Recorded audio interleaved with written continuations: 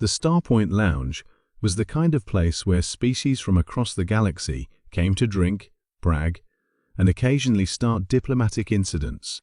Tonight was shaping up to be the latter, thanks to a particularly smug Vextari weapons master and a lone human merchant. Weapons master Kraz Thul's iridescent scales shimmered with superiority as he placed his latest invention on the bar, a sleek, chrome-plated neural disruptor that hummed with barely contained quantum energies.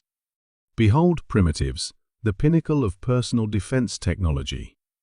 Most patrons nodded appreciatively.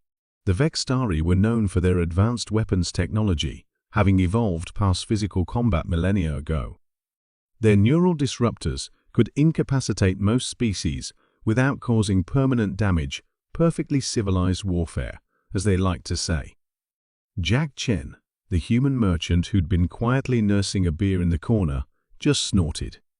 Kraz Thul's head frills flared. Something amusing, Earthling?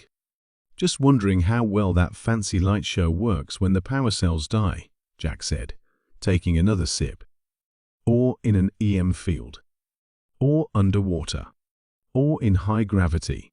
Or our quantum power cells last for 50 standard cycles. Kraz Thul's scales were shifting to angry crimson. Unlike your primitive projectile weapons that require constant reloading, the bar had gone quiet. Everyone knew humans were still relatively new to the galactic scene, having achieved FTL travel barely 2 centuries ago. Their continued use of projectile weapons was often mocked in more sophisticated circles. Jack shrugged and reached into his jacket, pulling out what looked like a simple metal tube with wooden grips. Several patrons gasped. Bringing weapons into the Starpoint Lounge was technically allowed, but considered extremely gauche. This here's a Colt single-action army revolver. Design's about 400 years old. Jack spun the cylinder, the mechanical clicks echoing in the silence. We call it the Peacemaker.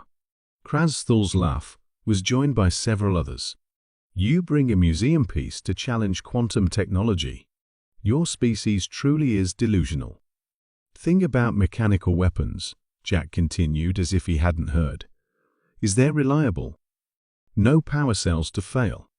No circuits to fry. Just good old-fashioned physics. He placed the revolver on the bar next to the neural disruptor.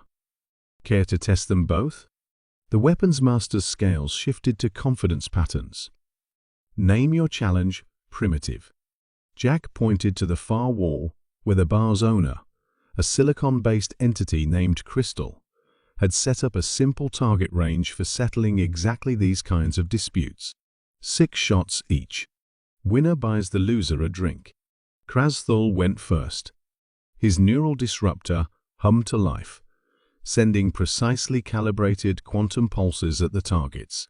5 hits, 1 missed. The quantum fields had interfered with each other on the 4th shot, a known limitation of the technology. Beat that, Earthling, he preened. Jack stepped up, thumbing rounds into the Peacemaker's cylinder with practiced ease. The first shot made several patrons jump. They'd never heard the report of a chemical propellant weapon in person before. 6 rapid shots, 6 targets hit, each with mechanical certainty. But Kraz Thul was already protesting. We tied? 5 hits each. Look again, Jack said, gesturing to the targets. While the neural disruptor had left clean energy burns, the revolver's bullets had punched clean through.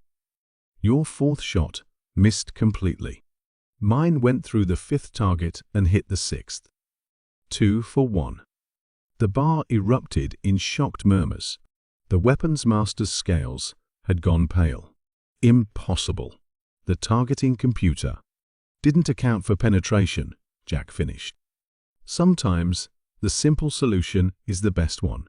Speaking of which, I'll have a Centurion whiskey, straight up.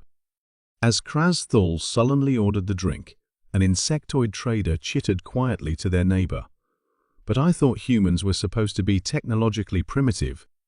Crystal, who'd been quietly watching the whole exchange, extended a crystalline tendril to polish a glass. Humans aren't primitive, they said. They're pragmatic. They'll use whatever works, whether it's quantum fields or chemical propellants. That's what makes them dangerous. They never stopped improving the old ways while learning the new ones. Jack collected his whiskey and his revolver, tipping an imaginary hat to the still-stunned weapons master. Something my grandfather taught me: technology doesn't make a weapon reliable. Engineering does.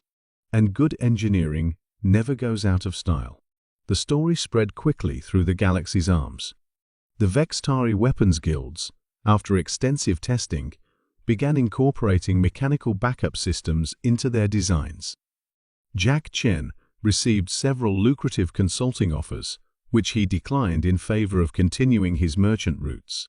And in the Starpoint Lounge, they added a new rule: no comparing weapons, unless you're ready to be humbled by a human with primitive technology. After all, any species can make something complicated. It takes real advancement to keep things simple.